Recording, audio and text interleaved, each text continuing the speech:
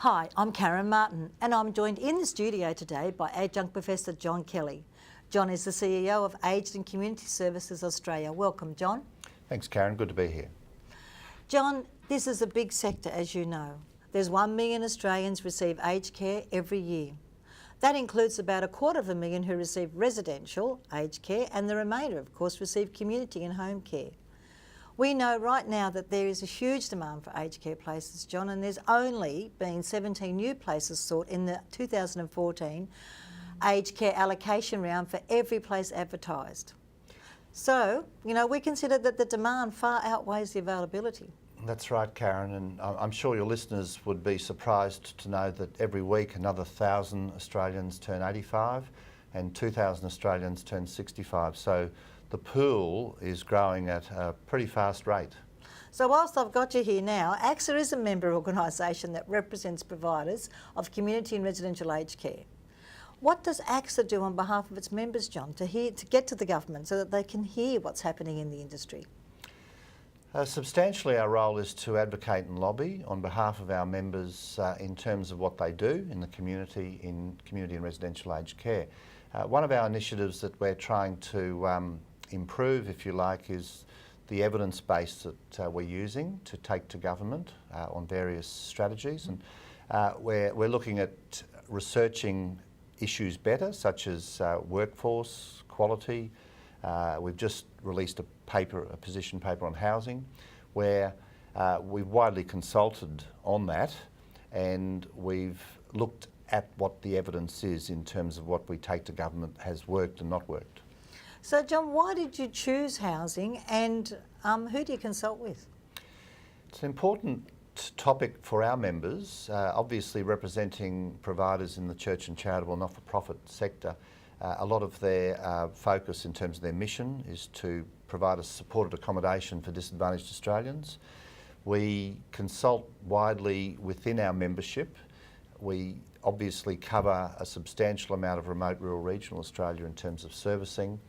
Our members, we've got small home support providers, if you like, both in urban and regional environments, and we go right up to very, very large providers, such as $500 million budgets and 5,000 staff and many, many facilities and community care servicing. So it's quite wide, and we also go beyond that in terms of the broader, if you like, consumer and employer and the employee networks as well. That's great. It's great to see that you're including so many people's ideas and concerns here. So what can governments do to assist, in your opinion? Well, if we stick, say, to the housing paper, which we've just released, it's a three-level of government strategy, and so there's a lot of money already thrown in by local government, state and federal in housing support. It's not used very effectively, and some of our suggestions that come out of our paper really are not new. It's, in some ways, it's not rocket science. It's basically reminding government and encouraging government and working with them to convince them how they use that money more effectively. Sometimes these services are duplicated, others there are silos where a consumer or a potential user of a service doesn't know where to go. Yes. It's quite it's disappointing in terms of your and my tax money. So we'd like to work with government to encourage them on the evidence, how to use those tax dollars more effectively. On another level, it's I think tragic to reflect on the fact that there are still 2,500 Australians over 65 who are homeless. That's amazing. So part of our advocacy on behalf of our members and the community is to remind government that this is absolutely unacceptable, and we'll work as a priority with them to hopefully remove and eradicate that. Sure. Yes, because a lot of your members are from the charitable sector, and they would be absolutely have that uppermost in their minds of how they can assist homeless people. Absolutely, and anything that governments can do to facilitate that service deliverable, we'd like them to think about. Sure. Often, that's where we see government's role, to assist in allowing us to get on with our delivery.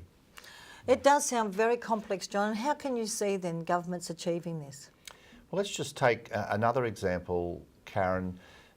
for those Australians who own their own home, there's going to be more and more pressure for those who can afford to chip in to both their care and accommodation costs in respect of both home care and residential care, to chip in and pay their way. And the Productivity Commission released a report in late 2013 which reminded us that by the time you get to 85, the average wealth of an Australian is about $460,000, of which $440,000 is tied up in the principal residence. So if you're trying to pay your fair share, you need to be able to tap into that. And there are financial products available, but there's a lot of misunderstanding of those products. And I'm not here to advocate for any particular product, but where governments can play a role is to provide that credibility for consumers to feel comfortable that there are regulatory processes that have scrutinised those products and the institutions that are offering them. Groups or regulatory bodies like APRA that actually oversight those regulatory institutions and products so that consumers will go out and at least reflect on what's available. So a couple of the myths that we already hear is, you know, will families be left to pay their parents' mortgage? It's a very common urban myth, and already there's a regulatory framework that doesn't allow that. So if you get to a 0 point, even before you unfortunately leave the world, then a financial institution can't continue to incur a higher debt than what that asset was worth. So, you know, I'm not going to go into any technicalities here today, but there are safeguards already, but not widely understood. So that's where governments can play a role in terms of encouraging consumers that it's okay to go out and find out about what's available. And I guess you're thinking what I'm thinking, if the money runs out, does the care run out? Well, that's true, and it's not the case either. That's good to hear. Certainly, particularly with our members, there's often even an express guarantee of service.